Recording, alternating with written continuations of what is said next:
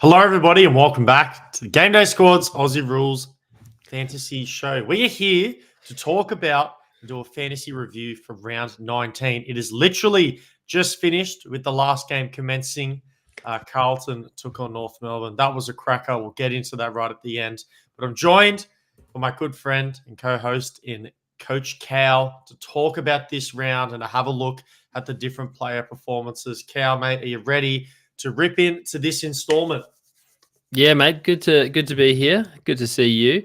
It is good because we've missed a couple of shows here in a row, but we're back. So I'm extra excited to rip in, and even more excited. I got to see one of the best live games of footy I think I've ever seen, and that was the Brisbane Lions and your Sydney Swans. So that was an awesome game. I can't wait to talk about that one. And yeah, can't wait to see if I've beaten you this week because I haven't looked at the leaderboard at any point throughout the entire round. So I am going to be. Yeah, it's going to be a complete surprise to me when we get to the end. You told me, I think you last looked on Saturday. Looked, but the final games hadn't even happened yet. So my idea, and I think, I have no idea who you started this round as well because we didn't do a show. Like I posted mine on Twitter or X as they call it now. So you might have had a little sneak peek into who I've started, but I did take some notes. I have no idea who you went. So I have zero feeling at all. I'm very neutral with how we went head to head. Well, I had some ups and some downs, so it really depends on how you've gone. But let's get straight into it because there is a lot to talk about. Right into it. And we're getting in with Ship, you said.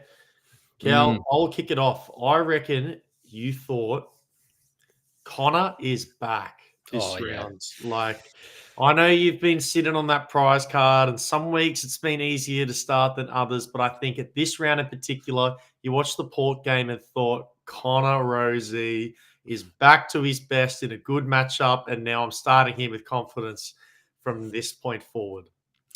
Yeah, I 100% thought that. And to be honest, I kind of got it right. He thought that, but he played it well. So, he was best on ground until he went off hurt. So I don't know if I can completely, be upset with Connor. It's not his fault. He didn't try to get injured. But I am liking the way he's going as a footballer. So this year's been a bit sort of stop-start, but that prize card, I've got it forever and it's never going anywhere. So, yeah, that's a good one. And yes, you got it right. Well done. That is something definitely I said.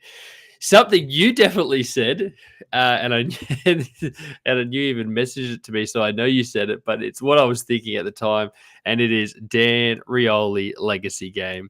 You've been talking up this guy since the preseason, and sure enough, in the same game against my Port Power, he had his best game of the year. I think. Best game of the year. By far. Oh, I love the confidence, how he's just had a shocking year. After you told everyone in the preseason he was the star man. But it was the star man on Saturday night. So, yeah, did you sit there and think, hey, maybe there's a chance he makes his comeback? I can walk it back. Yeah, back-to-back 100-point games. He's trending. He's trending in the right direction. We'll see. But yes, I definitely said that. But I'll give it to you this week. It's a bit of a cop-out because I didn't message you that. So I don't know. I'll let it go. I'll let it slide though because I've been waiting for this moment. So I needed it, and thank you for giving it to me. Yeah. Let's keep going. Let's talk. Get into the game-by-game analysis, mate. I know, completely off topic, but NFL season is about to come back in, and I cannot wait to start watching this properly. Not this head on there, the Hansen, sexy man. While we were waiting here, I was literally just watching a video. Scott Hansen popped up on my feed, and I can't resist watching that man. So yeah, I'm excited for that. Do your best Scott Hansen impersonation for us. Take it away. Game one. Where do you want to start? Mate, this could have been game of the round, and it was on the Friday. Wow. First of all, what a finish. This game was a nail-biter in Melbourne. Some sloppier conditions toward the end, but you can see there was one that shined brighter than the rest. Ben Keys, 158 fantasy points. Neither of us got to start him this round, so a little bit disappointing. But I will say I didn't start him in my classic squad, but I did start him in not only my starter, but my challenger as well. Ooh, I thought he was a good pod, and I put him into both. And so fantastic that I got for there. Just not my Zeus Cannons, unfortunately. He's been in a bit of a role, Benny Keys, at the moment. And I know you had Rioli in the preseason. I was on Benny Keys because he had the ability to score big as a midfielder, and he then got the forward status. The question would be, does he go back into that and get that midfield time? And he has Yep, scored tons for the last 4 weeks in a row. This one being his easily his highest score for the season. So yep, yeah. I don't know if people would have played him as a pod. If you did, fantastic. But yeah, tell you what, next week it's going to be on people's radars because it's for not just sure. flash in a pan, and we've got the forwards there that are always hard to pick. So yeah, I think Benny Keys is going to be in a few more squads next week, and rightfully so. He was massive. For sure. I will just say on that, I know it's early days. We can talk about it later, but I do think it's just Isaac Rankin being out, which is allowing Ben Keys to sort of step into that role. That's a little bit more fantasy fruitful. But for the meantime, because I think he has another Just week or two on the two more pine. weeks at least, yeah. So yeah, So why not? I do think it's full steam ahead, Benny Keys, pending on the matchups moving forward. But yeah, mate, he's turning some eyeballs for sure. Langford as a forward as well. Don't know how many people would have started him. He was pretty dominant and only kicked the 2 goals, but got 136 fantasy points. So just got his hands on the footy a lot. 22 disposals and 12 marks. That'll do it for you, man. He had a great game. But someone I think, or a player, heaps of coaches would have started.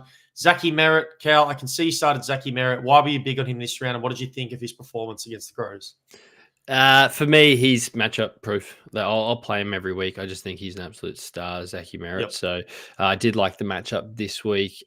Still no Parish in that midfield, so he is the main man. He got the most CBAs for Essendon. He was up at 73%. So that's just standard for him. I don't know what else to say other than it's probably not a surprise at this point to play Zachy Merritt. It's probably more of a surprise when I Yeah. don't roll out the platinum for him in the classic competition because that's how much I do love him.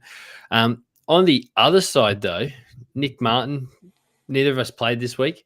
He Yep. could have been someone. He played quite well as well. Nick Martin was really good, just to add to that, in the first half, and it looked like that he was going to outscore Merritt significantly. But Yeah, that second half, Merritt came steamrolling through and then took back that sort of rank from him. So I was really happy to see that, at least from Merritt, to come and dominate that second half.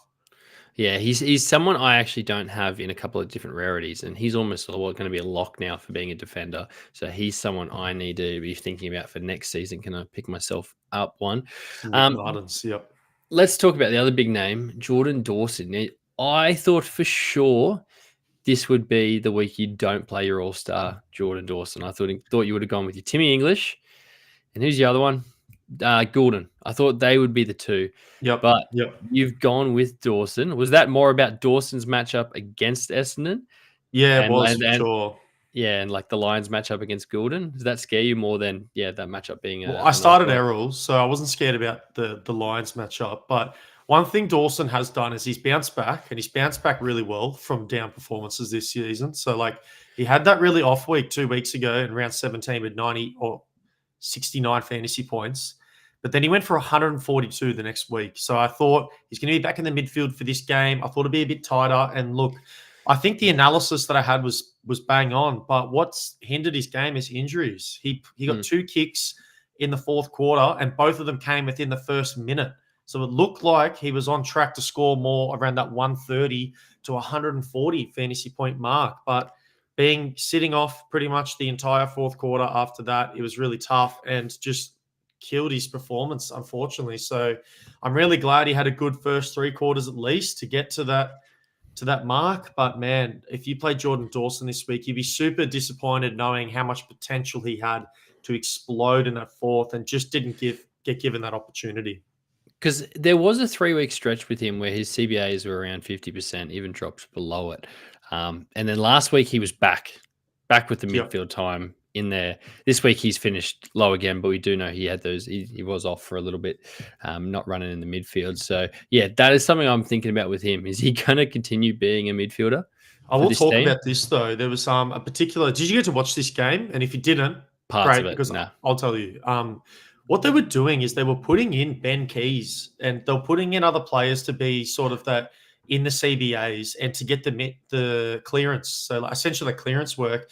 But then Dawson would start in defense and then roll up straight back into his midfield role. So although he's not getting the CBA attendances, he is still playing in the midfield. But of course, that does sort of hinder your ability to score, because that's a really significant part of a midfielder's game, is getting those tackles in there, getting some clearances and some easy kicks. So what does his potential look like moving forward? Maybe we need to keep an eye on it, but I'm still really bullish on Jordan Dawson. I just think it was an unlucky week with injury.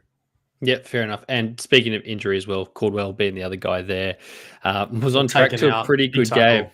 Yeah, disappointing again. I reckon a lot of people would have played him, so I don't think him going down is going to hurt too much. And Yep. 103 as a forward is, you wouldn't take it, but definitely not the worst score in the world. So yeah, salvageable. Anyone else you want to talk about there? Yeah, just Jordan Ridley quickly. I thought he was going to have a much better game. He was one of those players that sort of went missing in the fourth quarter, but the difference between him and Dawson was he actually played in the fourth, so he just couldn't get his hands on it. The conditions got a little bit sloppier as the day went on, and I really think that just played against him. So the more it was raining down, the more it doesn't suit a player like Ridley that's going to be at the back and be that skill executor. So yeah, a little bit unfortunate, but 98 nonetheless isn't the worst score ever. Just definitely not ideal for a defender. But yeah, other than that, Laird looked fantastic in the first half, cooled off a little bit. But I think that just about wraps everyone up. McGrath, Redmond, they're sort of always on the cusp, but just never quite there in terms of those elite defenders for a round. And I just don't think people can start them. Don't know about you. Yeah, no, I agree with you there. Awesome. Let's get into game 2. This was a great game, mate. The Expansion Cup. Yeah. Not if you GWS. Kerm. Poor Not if you Kerm. Kerm. We're going to get sad Kerm tomorrow morning at work. It's 50-50. It's every second week he's coming in. We get happy Kerm because they've played at home and won. And this is the sad week Kerm Sad where, Kerm he comes, where they've played away and they're going to be upset. But first of all, didn't you shout me out for my Twitter post the other week? And one thing I identified is how Noah Anderson has a plus, like a differential of 40 fantasy points from when he's at home and away. And you've not only played Noah Anderson, but you've gone silver. Give me some insight. I think we start there. Why did you back Noah Anderson in? Look, he looked great in stretches. I know he got tagged as well, so that does play into it. But what did you think? I just backed him in this week. I actually thought the Suns were going to have a sneaky win. So I thought this game was going to be completely different to how it actually turned out. So I got the narrative wrong, and Anderson has been the pick of the midfielders for him. And you say, all right, he's been with away from home, but his last 3 weeks he's gone 158, 124, 131. So him being the made man and he was the highest CBAs as well for the team. I just wanted to back it in, and he was going to be a nice pod for me. Didn't work out, unfortunately. But like you said, he still found the footy 27 times. It was just he just couldn't take a mark, couldn't get a tackle, so he just didn't stuff the stat sheet, which hurt. And that one's going to sting this week. But yeah, you live with it. Although that's not ideal, there are some midfielders who played significantly worse, which we'll get into later. So I guess for a round that was a little feast or famine, we'll take it. But after this game, I thought this could be my week. I nailed the top 3 scorers in this one, all going 140, 159, 168, and loaded up on silvers for all 3. We'll start off with Lachie Whitfield because he's the top scorer. I know you went Lachie Whitfield as well, but he's just having a stellar season. 40 disposals, 10 marks. And I know during the commentary they were talking a little bit about how he doesn't really impact scoring for GWS. He doesn't get any score assists and he doesn't really set up any scoring, but God, he loves to get his hands on the footy. Hey, you know what he does do? He knows how to score in GameDay Squad. And that's all we care about. I couldn't care if it doesn't result in goals for the Giants. I just wanted it to result in goals for the Peanut Butters. So don't worry about that, Lachie. You're doing just fine. Yeah, you're doing perfect for us. That's right. But 40 just quietly. I'm just trying to work out tackles on the fly. What would be averaging over the last 5 games? He'd be up near 150, 160. Jeez, he is 168, 154, 123, 190, 130. 140. That's not a bad run. And because you are the head, and I think the head of the committee for the All-Stars. Is this man a lock? Is he done? It's locked in. He's getting an All-Star card this year. Can you confirm it? I won't confirm anything because anything. But look, he out of all the defenders, I think would be D1 right now. He would need a Luke Ryan type fall off from here to miss out. More on that later. Yes. But yeah, no, he's looking good. And Tom Green, shout out to that one. You've picked that one quite well. He did quite 2 weeks in a row. He's Yeah. finally back. At the start of the season, we had him ranked as a top 3, top 5 dynasty midfielder, and even without dynasty aside, just midfielder period in terms of fantasy. But it's finally starting to tick over. Let's read out his past couple: 140, 139, 124, 120, 144. He practically has over 35 disposals in every single one of those games. I know he's a handball merchant and it does limit his fantasy potential. But if you're going to touch the ball 35 times anyway, then gosh, mate, you are more than welcome to have a couple handballs in my eyes. And I'm going to continue to keep rolling you out because it's so good to see number 12 for the Orange team just back at his best and just like confidence fully restored in him. I think it's a lock moving forward, man. He's like so good.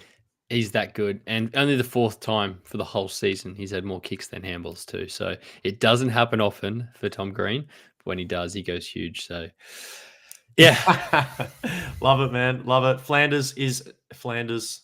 Don't need to talk about him. He's just don't need to talk about him. Start he can play him home and week. away. He was the only son not impacted. I remember from your Twitter post. He's the only son not impacted by the home and away stats. So yeah, you can play him regardless of the matchup and regardless of where they're playing.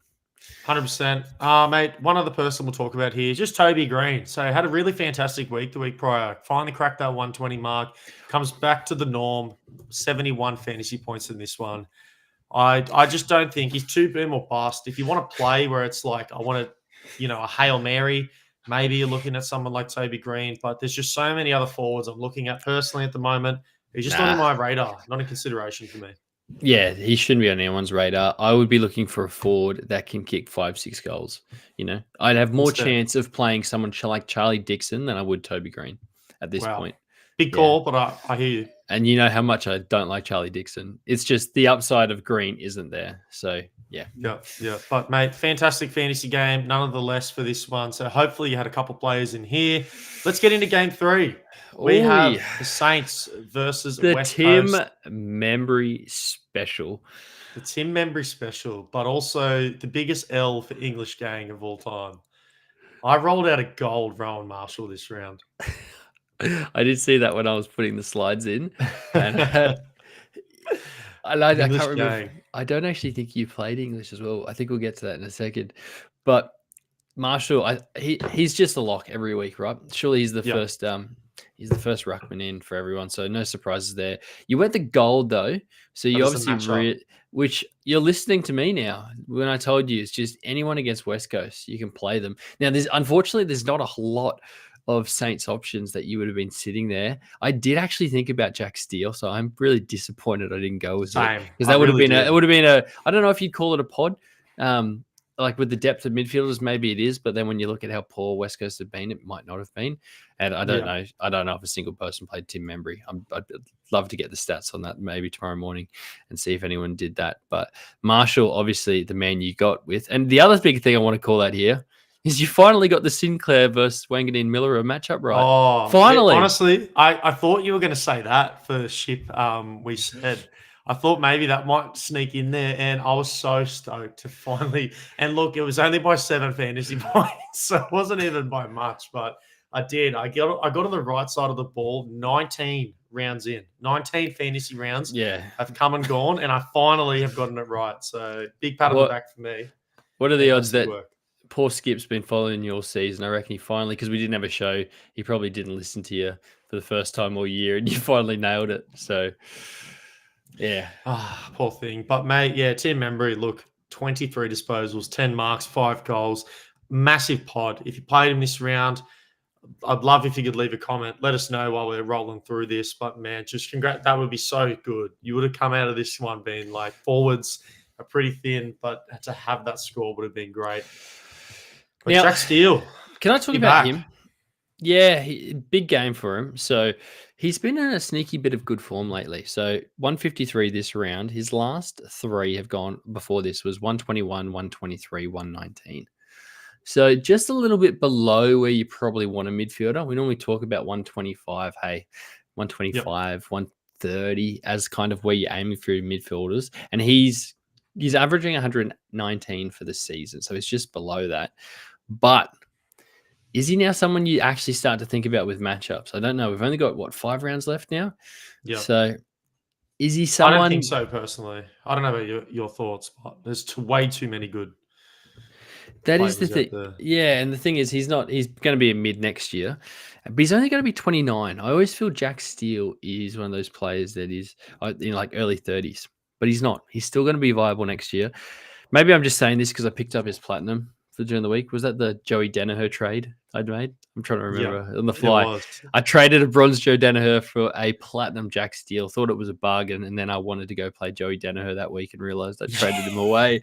I didn't know if I'd actually That's right. didn't know if I'd made the right call. But yeah, someone to keep an eye on. Potentially a pod, maybe in a competition you're not going big in. Is there anything else when you want to talk about? We haven't spoken about a single West Coast Eagles player, and that's And I don't probably think for we good need reason. to, because the only one you would have spoken about is Duggan, and Duggan didn't hit the field in this one. So, unfortunately, you don't have your main man, your main fantasy contributor. It's going to be a tough day in the office either way. Yeah, someone. I'm just looking if there's anyone that we even want to talk about. Jinby just hasn't even been it. I'm trying to get myself excited for something about the Eagles, but no, he was the second or third top scorer and only had 90 points, so no good. Yeah, and Bradley Hill, I guess, last person we'll talk about in this one. Good forward option for some of the rounds this year for the Saints, but this game couldn't get it going. And maybe could have been one where you targeted someone like him in a really fruitful matchup and thought, could he explode? But no, only the 66 fantasy points. If you did roll with him, mate, would have been pretty disappointed. He had 18 disposals, just nothing of anything else, unfortunately. So a very, very down game for a player who's had a pretty good year. Yeah, definitely. Alrighty, man. Let's move it on. And before we do, Cal, I know we just made an announcement on our social media and Discord. We've got some comms going out. Do you want to quickly give us the spiel on what that is with GameDay Squad? Yeah, of course. So we have just announced that we're doing an update coming out this week in regards to our transfer market. So GameDay Squad is now introducing a seller's fee on the transfer market, which means every sale that now takes place, there is going to be a fee involved.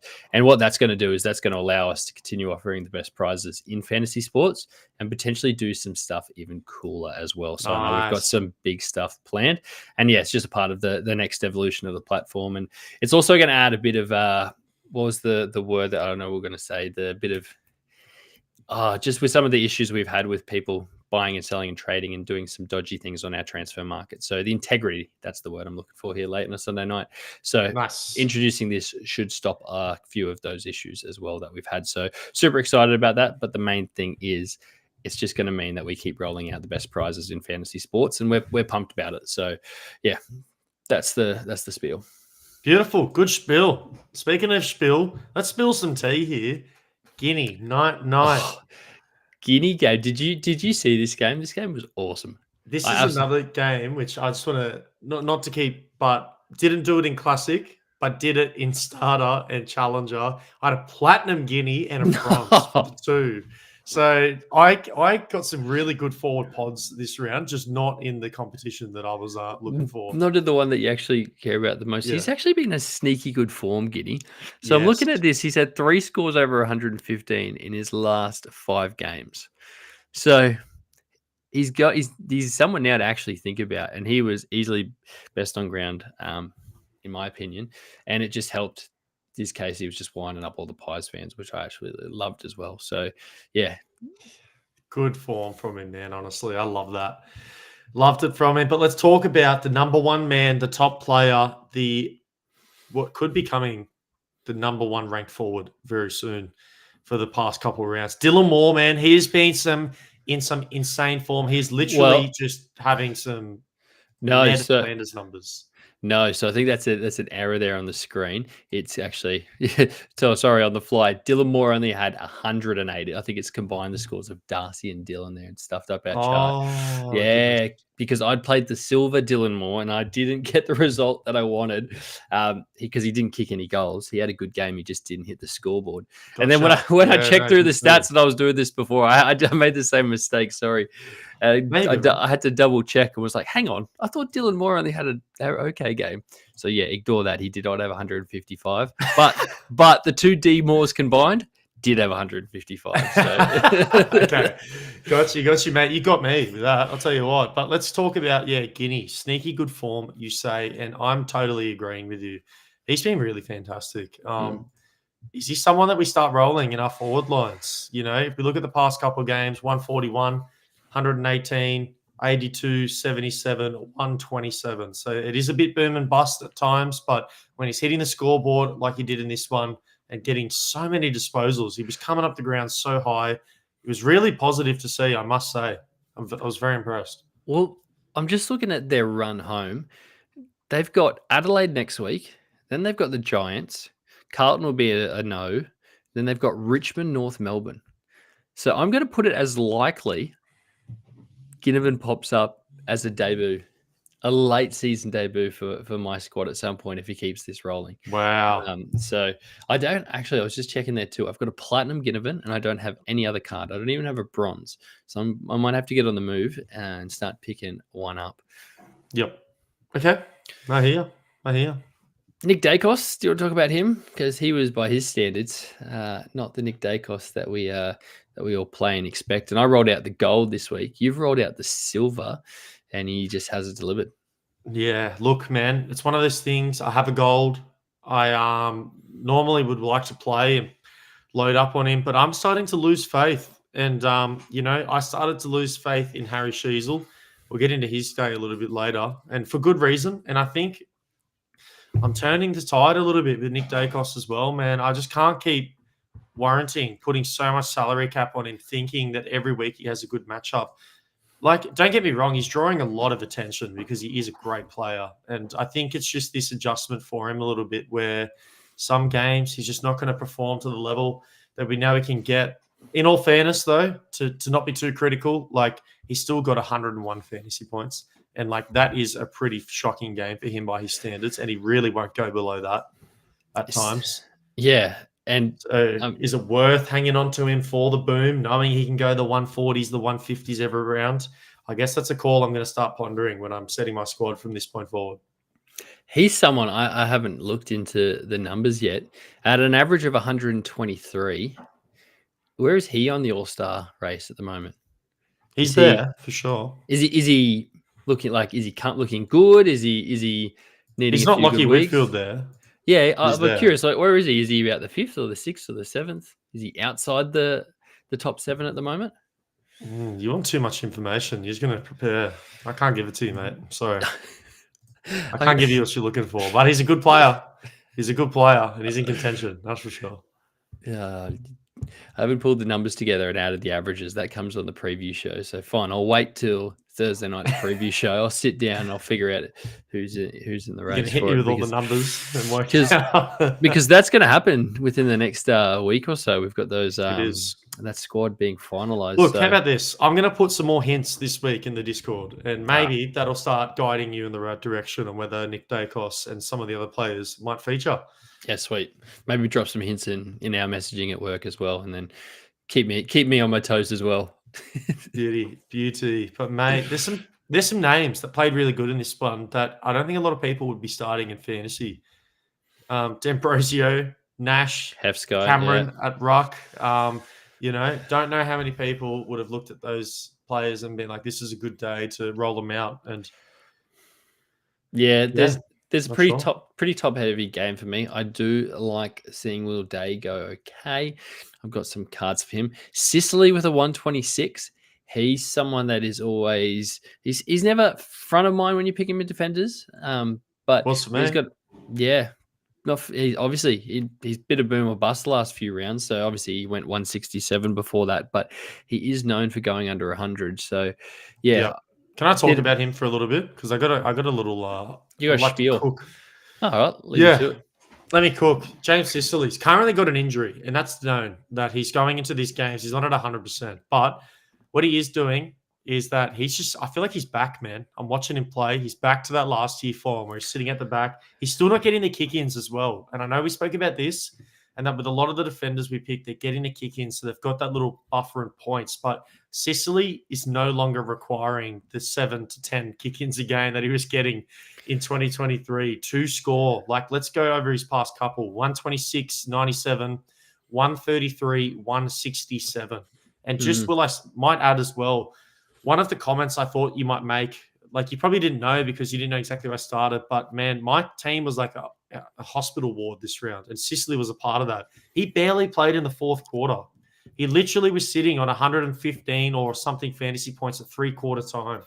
He got on for like the first 5 minutes of the fourth, and then he just came off. They just wanted to pull him. Didn't need it. Yeah. Mind you, Hawthorn had a significant lead, and I think that did play into it at the time that, look, if we're going to be this far up, it's conditions were super slippery, super sloppy. Maybe they just thought we need our captain Sicily for the rest of the season if we're going to make this run. Yeah, and he did that. He did that against West Coast a couple of weeks ago, man, when he was the best player on the field at 3/4 time by some distance. And then I think he finished like top or second top scoring. So yeah, he's definitely got that ceiling. For me, it's just about the floor. So I guess it depends where you are at this stage of the season.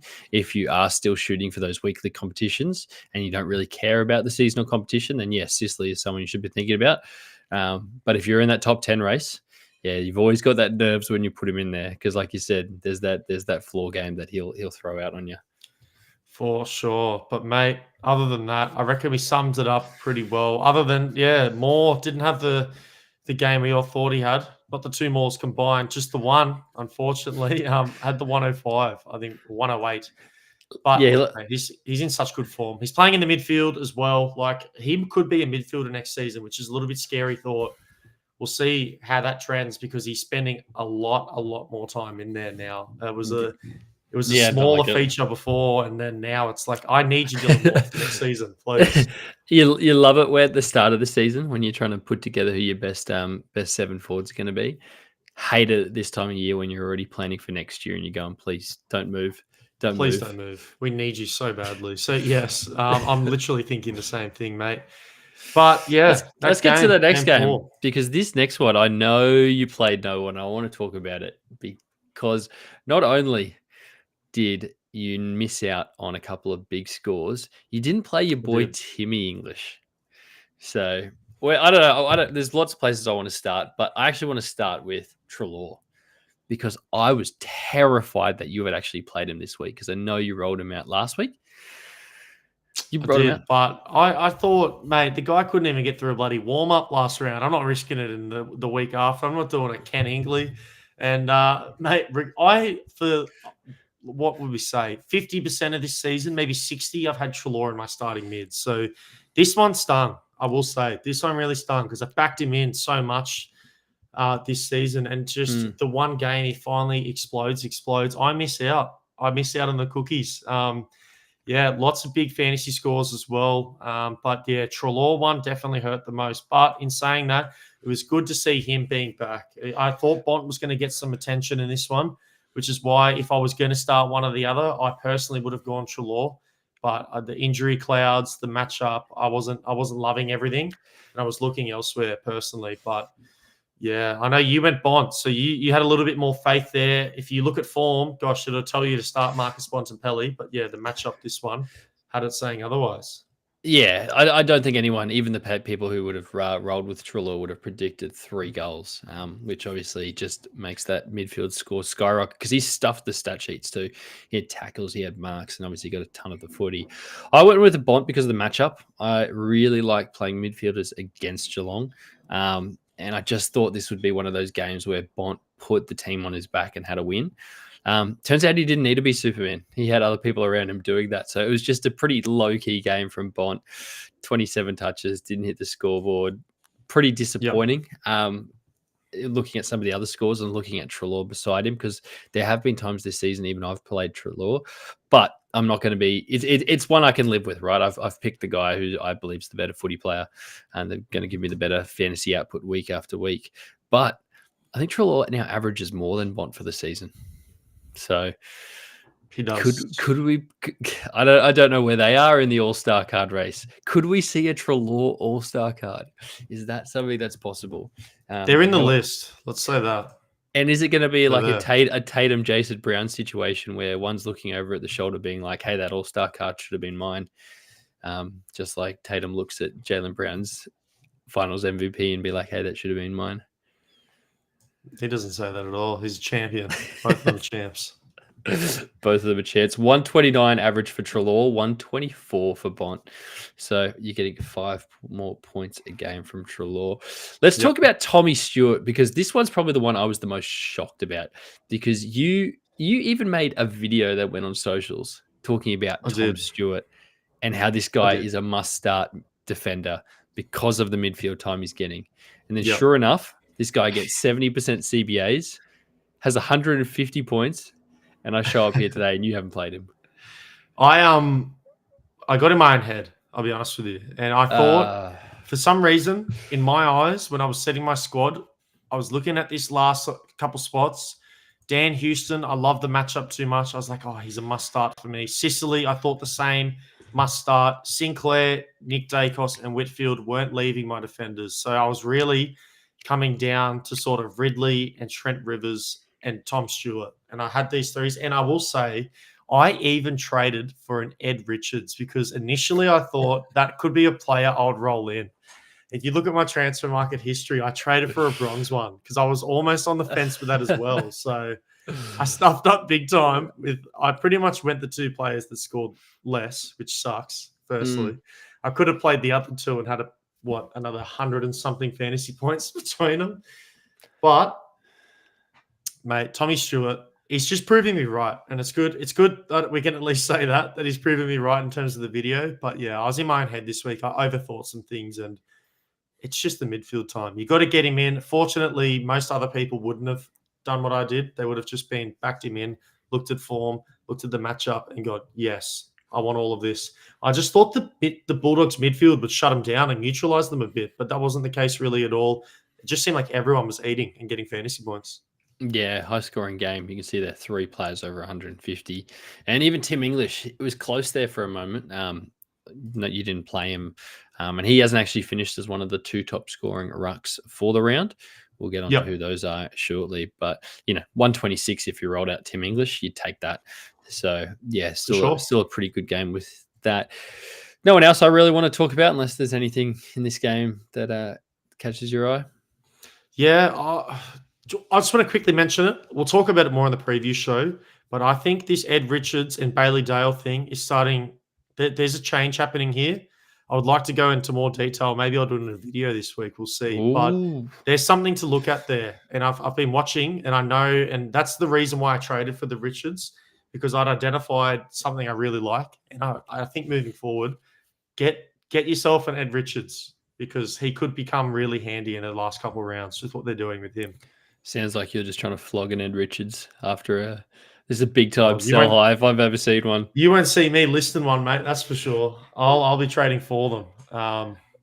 Yeah. We'll make sure if you buy one, you get it in before Wednesday, because like we said, we have that announcement about the transfer market fee coming in. So yeah, I might take your advice there, Tom. We'll get it in Legacy game.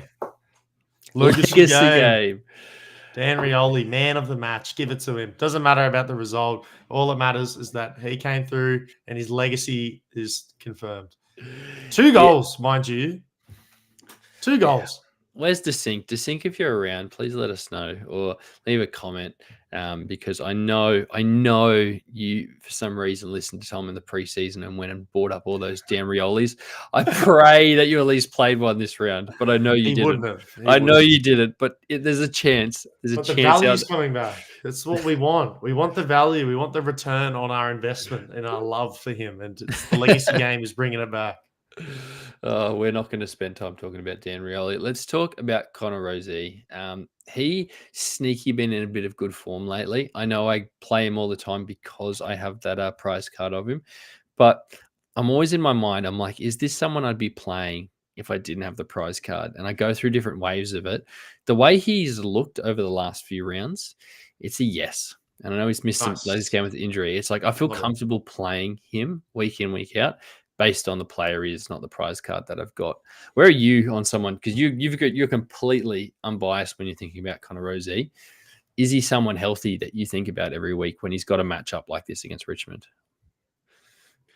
Well, I actually came out and said that I thought Putters was going to top score this entire round, let alone this game. Yeah, I saw your video on there. Well, I'll chat on Butters in a second, but just touch on Rozee. So I guess without my bias, I was probably a little bit more bullish on Zach Butters, and if I was going to go one or the other, if I had the choice, personally, it would have been Butters. But what I think Rosie's doing for you is that he has enough of a fantasy floor at the moment where you're not wasting a prize card by playing him. And I felt like maybe that's the feeling you had earlier on this year, that it actually wasn't worth playing the prize card, No, I dropped him, remember, and he was on track the for 80 disposals. multipliers.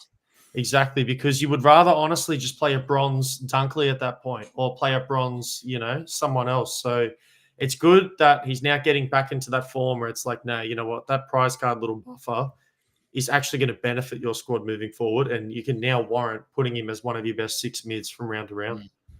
Yeah. You went pretty big with the Zach Butters claim of being the highest scoring player of the round. He wasn't expecting Tim Membry to come up and steal that. Pretty disappointing from Butters.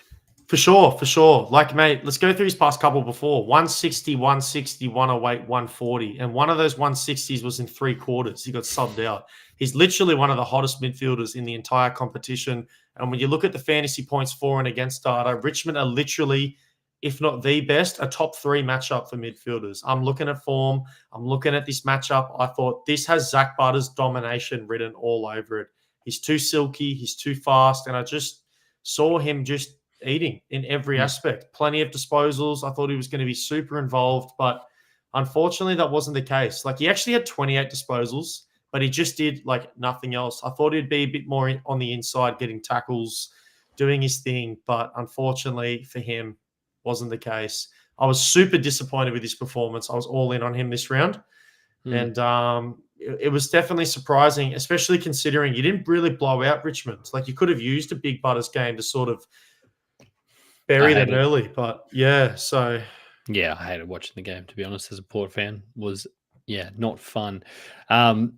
The other person I want to talk about, Dan Houston. If you were offered 115, which was his score on Friday night, would you have taken it? I was like so sold on starting him because of the matchup and everything. So I don't think that really matters. But if you told me 115, I probably wouldn't have. If you could foresee the score of 115, I wouldn't have taken it. But I would have called you silly for saying he was going to score 115. Yeah, he was just my mind was not a bad game, just a pretty vanilla game. But like we said, I thought the whole Port team had a pretty vanilla game. Good to see Jace up there. Just want to call out, because we are a dynasty platform, Logan Evans, in just his, I think it's like 4th or 5th game, he's looking really good. 4 games, this guy. So I'm not even sure how many of his cards are floating around the GameDay Squad ecosystem at the moment. But I tell you what, I don't reckon there's many. I do not reckon there's many. He would have only just gone through in the last update. So came through in the mid-season draft. Now, like I said, he's not going to be in your squad this year. Keep an eye on him. See if you can pick up some of his cards. Try and get your hands on him, because there's not going to be a bunch of them.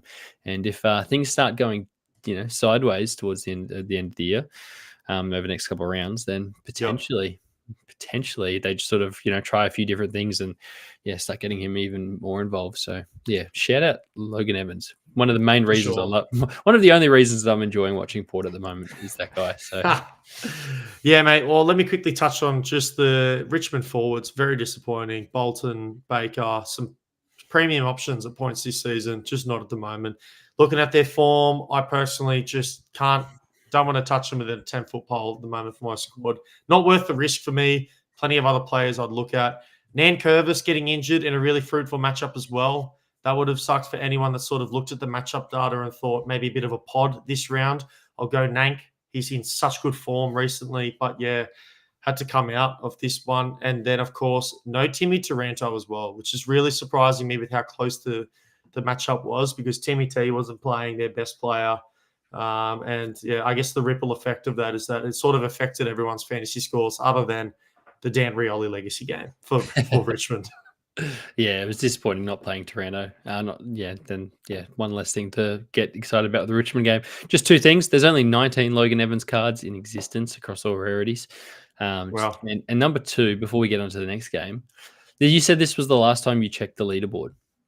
Now, after seeing the players we've played and giving some context, now, again, I've got no context here. How confident are you that you've beat me this round? Oh, I'm not at all. I'm 50-50. Lovely. I think it really That's what I want to hear. It comes down to the last three games because I don't think we've seen too many players from you. So I feel like you've loaded up here on Sunday. I had a super Sunday. Sunday. So let's talk about your team, your Swannies, who did not have a super Sunday. One of the best games I've been to live for quite some time. It was bloody awesome. And the amount of times I thought that Sydney were going to hang on and steal it in the game, they had no right to be in there. I'm disappointed you couldn't be there. I know tickets were outrageous by the end of it. I got quite lucky. But no, awesome game of footy. They couldn't beat us three men down. They did, but they could barely beat us three men down. And we were playing Will Hayward injured. We will absolutely smack. If any Lions fans want the smoke, bro, I'm all here for it. We will smack you when it comes finals times and you're not at the Gabba. I can guarantee that. That's a Tommy GDS guarantee. But it was a fantastic game. Before we get to the fantasy, one last thing. You'll know this. My partner, who's a Swans fan, all she said from the end of the game till we got home was, "Can we go now?" Didn't say a word. Was just fuming. Heartbreak. Oh. I don't think she'd been at a game like that where they'd lost. It was tough. But can I say this to get on the fantasy side? There are a lot of players here for the Swans, you in your midfield. Goulden, Warner, that just seemed like they were a step off today. They just weren't quite themselves. Now I know their fantasy scores were big there, but they just shows you how good they were because I wasn't keeping an eye on the scores as I was at the game. And I'm not going to lie, I was shocked when I flicked it on at the end and I saw that Warner and Goulden scored as many as they did. Yeah. And I think that actually shows you how good they are. Because even when they're having off days, those two guys can be massive, particularly Goulden, who felt like he was just butchering the footy. Doesn't matter. You still get the points for a kick. But yeah. No, it's almost like I honestly just think it was subs. Like I don't want to blame everything on like player availability and whatnot, but they just couldn't come off and couldn't get the rest, especially those inside mids. Like, and it really affected someone like Isaac Heaney. You could see he was huffing and puffing for like the entire second half. He was really putting in the work, and there was some sloppy finishes in front of goal as the ripple effect of that. Like, we had some really good chances in the third, in the fourth. We had Heaney in front of goals. We had some good players that could have added to their fantasy scores, but were unable to do so because of the fatigue factor. Yeah, and it was quite a hot game too. So I think that definitely suited the Lions and someone like Hugh McCluggage there who went massive on the other end, 144, kicked 3 goals and just felt like he just wasn't being played defensively. Really missed Rowbottom, these guys. But I don't know if you want to talk about Zorko, who looked like he went down injured within 5 minutes, grabbed his ankle, and I went, "Oh no, we're in trouble here." I think the whole world is playing Zorko at the moment in their squad. So I'd be shocked if anyone's not playing him. So, wouldn't hurt too much, but he bounced back and showed that he is just incredible this season. And let's hope he goes on because he is someone that I know is an all-star lock. He's an absolute lock for an all-star card, regardless. He could hang the boots up right now, not play another regular season game, and Zane Zorko is going to be an all-star card. Let's just hope he continues next year, because the last thing you want to do is get an all-stars Zane Zorko and for him to sit down and it become a collectible and not actually get some use out of it. For sure, man. Oh yeah, he was fantastic. Goulden, I'm taking that as well. 135 all-star, 100%. I loved his game. Yeah. Unfortunate because there was some moments where I really thought he could have capitalized more. As he was saying, it's a bit sloppy, but 135 in a game like that, mate, confidence is sky high. Yeah, and something that I was kind of shocked that you did was play Dunkley, because I avoided both Dunkley and Neil this week because I learnt my lesson. You don't play midfielders against Sydney, and they both were just poor. Yeah. And Neil was tagged. And I thought at the start, I was like, this could be really good for Dunkley because I was like, no Rowbottom. And that was the man I thought that would negate Dunkley. So when I saw he was out, I maybe overanalyzed and overthought it didn't give the Swans midfield enough credit, in all honesty, No. for how good they were at neutralising just in general rather than a particular matchup. So I think I was in my own head. I thought Rowbottom isn't going to be there. Neil was technically the better form midfielder, which is, crazy to say because Dunkley has been on one this season. Yeah, and just pulling up the stats there now for Dunkley. Do you want to hear how much of it on one he's been? I know, that's why I played him. His form is insane. This is his worst score by like 23 points this season. Like not just his worst score by some distance. And it's because he only 168, 178, 130. He's passed 4 before it. So yeah, this one was one that if you weren't on top of the matchups, you would have got burnt by it. The only other person I want to talk about is Danaher. So he started the game on fire, kicked 3 goals, and I was actually thinking about playing him, but I was nervous you did. And when I saw him, I was like, this could be the difference between our head-to-head this week. Because I thought if you've played Danaher, he could go for 150 right now. That's the Swans' big weakness, just some tall timber. And the Lions were playing a new guy today. I didn't grab his name, but he was on Rampy at one point and looked like he had 30 centimeters on him. So I thought they'd be stretched. But they neutralized him pretty well. McCartan shut that down. So fortunately, I didn't play the Danaher game because he's not on the screen there, but he pumped out 97. So, not the worst score in the world if you went for it, but you would have been disappointed if you kicked 3 goals to start the game and then finished 3-3. He easily could have had a few more on that as well. So 100%. He had some good looks. Probably should have had at least 4, probably more like 5. Yeah. For sure. But, mate, yeah, Heaney, a little bit disappointing. I'm just going to put it to not enough availability. Too much was required of him in a really, Lions are a fantastic team. They play quick. They stretch the field out, and in a matchup like that, yeah, missed a couple of goals he normally slots as well. So that takes that takes a poor game to him to a livable game. So yeah, I'm not too worried about Heaney. He'll be fine. Couldn't agree more, mate. Still finished with 85. Literally one goal would jump that up pretty much to 95, and then however many points after that. But mate, I think we summarised it quite well. Unless there's anyone you want to talk about. Nah, just disappointing to see that I'm the Swans fan between us once again. How does that make sense? You don't even show up to your squad. Yeah, I know. I stuffed up big time. Okay, I think my confidence is turning a little bit. Yeah, no. I'm interested to see what's on this last slide. I feel like you could have 6 players in this last game. I do have 5 players in the next game. Oh, goodness. But let's talk about this. Caleb Sarong, Andy Brayshaw. I spoke about this midfield, and I thought Brayshaw was sort of overtaking Caleb Sarong in terms of dominance and fantasy points and form. But yeah, Sarong was fantastic today. It really looks like that Fremantle are Melbourne's kryptonite when it comes to playing this season. Yeah. They just have the one up everywhere on the ground for some reason. I don't know if it's a mental thing or if it's a strategy thing, but Freo look like the best team in the competition every time they play the Demons. They look like they're unstoppable. Yeah, and speaking of unstoppable, Sarong and Brayshaw had a combined 77 touches, which is just absurd. And and they were looking good at halftime. I think they'd had about 40. I was like, geez, they can't keep this up. And yeah, sure enough, they pretty much did.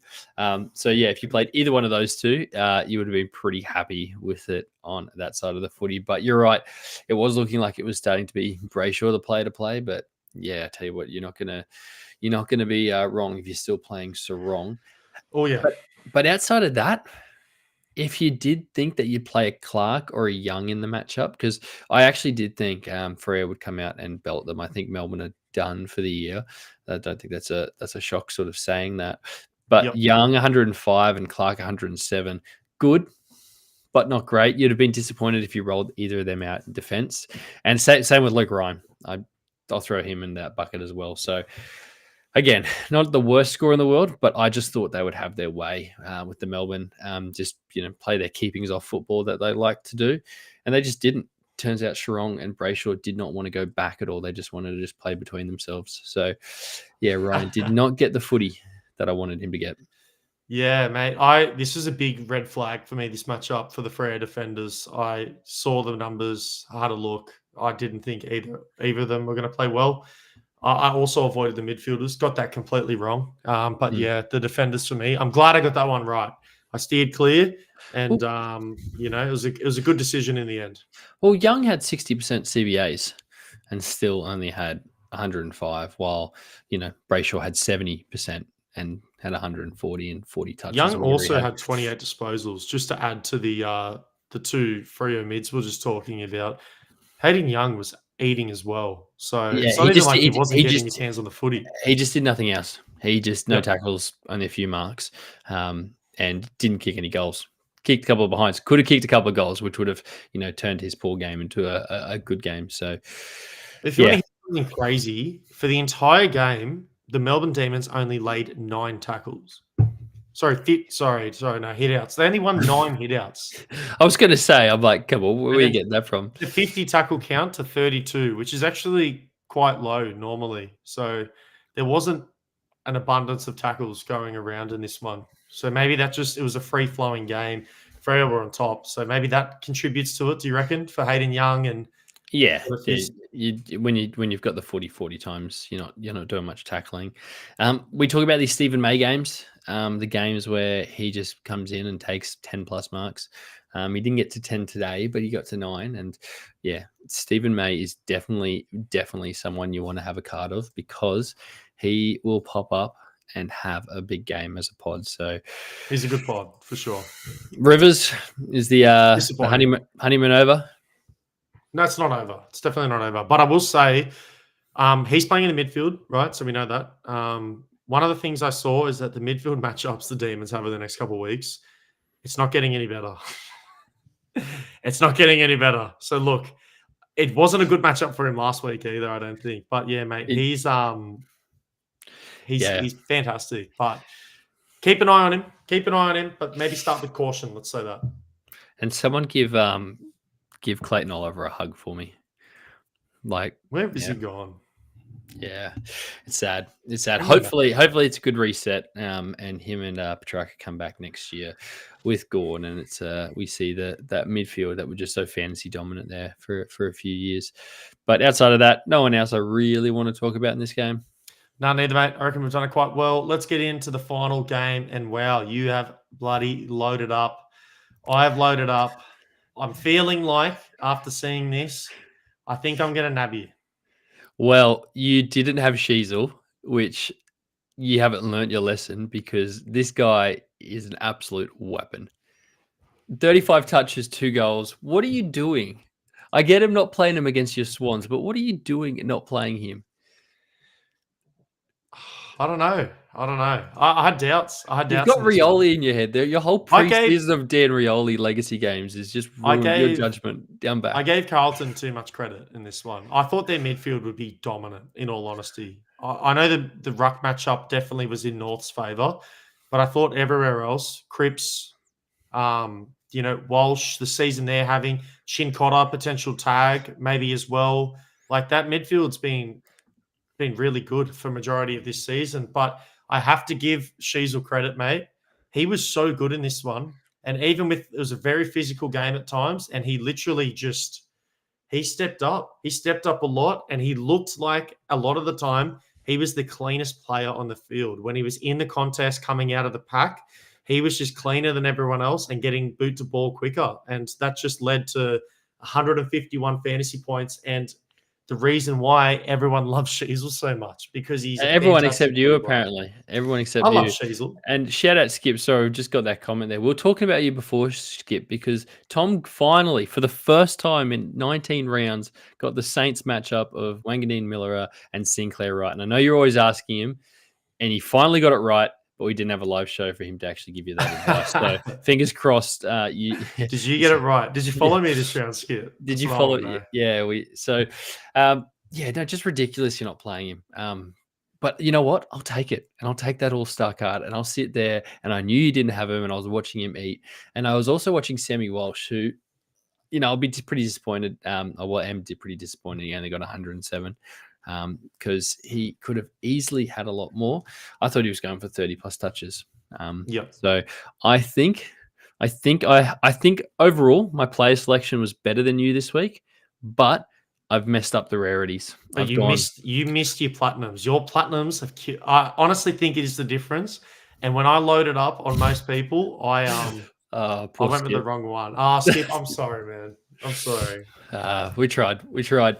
But yeah, I think I definitely think that's what's cost me this round. But quickly going through as well, I didn't want to play Fisher, and got subbed out 53.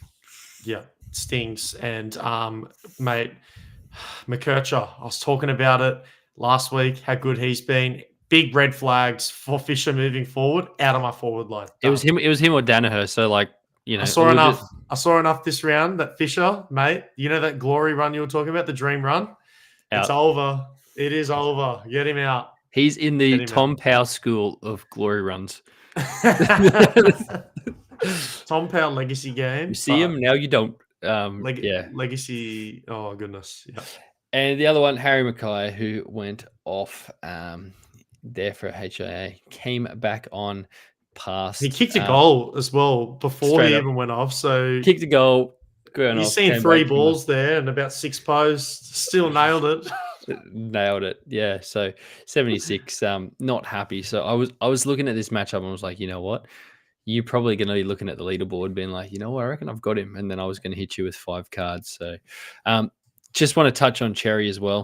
143. So he was the other ruckman to pair with Rowan Marshall this week. They were the 1 and 2. So a couple of other good ones in there this week. Like we said, a couple of scores like Timmy English 125. But if you got Cherry and Marshall, they were the 2 that top scored. So I just love this matchup. Obviously, them dropping Pitnet and only going up against DeConing, who got injured. So it just meant that Cherry had a field game, 43 hitouts, just completely dominant in the middle. So, yeah, I think he's going to be someone that you definitely want to continue playing into the next few weeks as well. Love it, man. Yeah, look, I thought Carlton would play a little bit better in this one. I know they got the result, but in terms of fantasy at least, I thought they'd be more on top. But as you can see there, North was sort of leading the way here. It's a lot of big scores. North should have had a free kick that got them within a goal within the last, I think it was 10 minutes to go. I have a good friend. His name's Harry. If you watch this, Harry, I love you. But I was ripping into him. I was like, the refs are giving you this game. You can see it. It couldn't be more obvious. That was a free. That's holding the ball. Yeah. Blow the whistle. Give him a shot. Yeah, it wound them up. I'm just pretty yappy from you after your Swans just got beaten, but I guess that's who you are. Well, we're bringing them down. I was going to say, we should have won still. Is that a Michael Jordan quote? Anyone can talk smack when they're winning. Yeah. So only real ones when they lose. I'm still here. It was him or Jimmy Buckets, but they're basically the same guy, right? Supposedly. All righty, let's get on to the fun stuff. Let's actually see who has won this. Snapshot, man, that is our top 10 right there. Sheasel back in the top 10 twice, apparently. Twice. But look, Benny Keys, Ed Richards, some new names. That's for sure. So 2 debutants for the season. It's funny you say some new names, but the first names I saw were Flanders, Zorko, Whitfield. I looked straight in the middle there. So also a few. And Membry, sorry. And Membry. Let's not debuts this year in the top 10. I'm saying they're debuting for the top 10. Yeah, I know. You said a lot of debuts, and I'm just saying there's a lot of, and all I could see was the existing boys that never seem to leave, including Sheasel, who wants to be there twice, but he deserves it. So, can we count that 87 score as the one for your All-Star, not the 151? Only if I get to repick my platinums again. Mate, tell me something, Cal. I want to know, before we look at the leaderboard, what's a lesson or something that you learnt this round in particular you are going to take away with you moving forward into round 20, the tail end of this fantasy season? It's now or never. It's a good question. Do you have one off the top of your head? Let me think. I know we do this every week. I should prepare. It's okay. I'm going to start talking about Nick Dacos a little bit more, and I know I've been really critical on Harry Sheasel. Why wouldn't I be just as critical with Nick Dacos at times? Is Harry Sheasel, if I was going to cut one or the other, should it be Nick Dacos that I'm cutting? That's sort of what I'm pondering. It's a lesson that I think I'm going to take into this week and hopefully have a lot more clarity on Thursday night once lineups are announced and we're back here setting winning squads for You round 20. cannot watch that game of Sheasel that was just on and say anything other than I keep gave him all Sheasel. his flowers. You're still trying to drop him. Let's go. It's all right. You don't play him. That's cool, man. I'll play him. You don't have to. I was going to say, one of my biggest coaching call, I don't know if it's the biggest coaching call, but am I giving Luke Ryan too much rope? Because this guy was so good to start the year. You're not letting go. I can't quit him. You're not letting go, Cal. You need to let go. It's over. He's 140, 150 points for a living. They're just done. But he wants cheap kicks out the back He so wants them, bad. but he can't so get them. bad. I feel bad not playing him. It was like Zorko today. Zorko was in the position to, like, he was demanding the ball, and he was clearly not in position to get the ball. But that's what I want. And Luke Ryan's like that too. He's like, I know I'm in the wrong spot, but give me the ball. Oh, mate. But speaking of coaching call, I might quickly do one more. Not playing Team English this week and nailing the ruck predictions. The biggest L somehow turned into a dub for the Zeus Cannons. And it could be the reason why, when we flick over here in a second and look at some scores, why I might be there and you're not. But we're about to find out. Are you ready? I'm ready. Let's get into it. Alrighty. I'll do a quick refresher. Here we are. So this is my squad. I haven't looked at the leaderboards yet. I kept it on this so the entire time I wouldn't know what's happening. But we're going to go here. The Hardwicks. First of all, monster score. Must have had so many of those players that popped off this round that we spoke about. And, man, the Seaman as well. He's killing it this season. If I'm actually not mistaken, if I go seasonal, he's now the number one guy. Yeah, and I know he's mates with Beast Mode Madison too, so I know them two at the top are like head and shoulders. Fighting it out. Slam Dunkley's returns might need to make a return. We've seen this name on top a lot. Don't get me wrong, I'm stoked for these guys and I'm very happy with them. But I want to know if I've beaten you. I'll get back to give you the rest of the people their flowers after. Let's see, did I beat you? Well, Skip, shout out Skip. Skip's beaten us both. So I don't know why he's no one's in top 20, so you're going to have to do some confirmation on your end here as well. Scroll down. What are you? Get in there. What did you get? 2804. Oh, no way. 23rd. How good? How good? I'll take the win. You just missed. Oh, okay. 28. Wow. Yeah, close. What? Very close. Very close. Less than 10 fantasy points, and you would have been featuring right here. Yeah. How'd you go in the other competitions? What about all the other competitions where you supposedly absolutely nailed your picks? I said my forwards. I didn't say every pick, by the way. Not too hot there. Oh, it's top 50s, but, not what we're looking for. That's okay. It's unfortunate. A lot of injuries to me this round.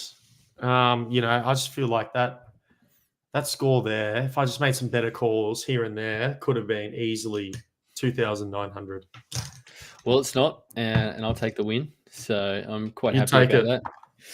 Alrighty, 15-4, I think it is for the year. Behave. Skip did that without playing Sheasel as well. So don't worry, Skip. You're not alone. Neither did I. Could be worse. You could have not played him and not been on there, just like Tom. So unlucky for you, Tom. It is unlucky. But I'm ready for next week already now. Kick out. That's going to wrap us up, mate. The round 19 fantasy review. Congratulations on taking it head-to-head on us as well, by the way. It doesn't come very often, but, at least you're going to enjoy this one. Great round for you. We want to know how you all went in the comments. Leave some comments after. We'll go back through, have a look. But, there's a lot of feast. There's a lot of famine. But that top of the leaderboard, that's pretty monster. 2,900. So credit to you. Awesome round. We'll be back here on the live show next Thursday. Yeah. Yeah, and Exactly right. and we got some big changes and some stuff coming this week. So make sure you stay tuned to all our socials and on Discord. So like we said, we've announced the transfer market fee tonight as well, but we've also got some really cool stuff. So we've been hinting at those all-star cards. I can't wait for them as well. So yeah, looking forward. Big week, Tom. Big week. That's it. 8 p.m.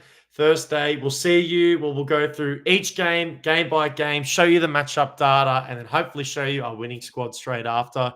Cheers, legends, for coming out, and we'll catch Thanks, you everyone. all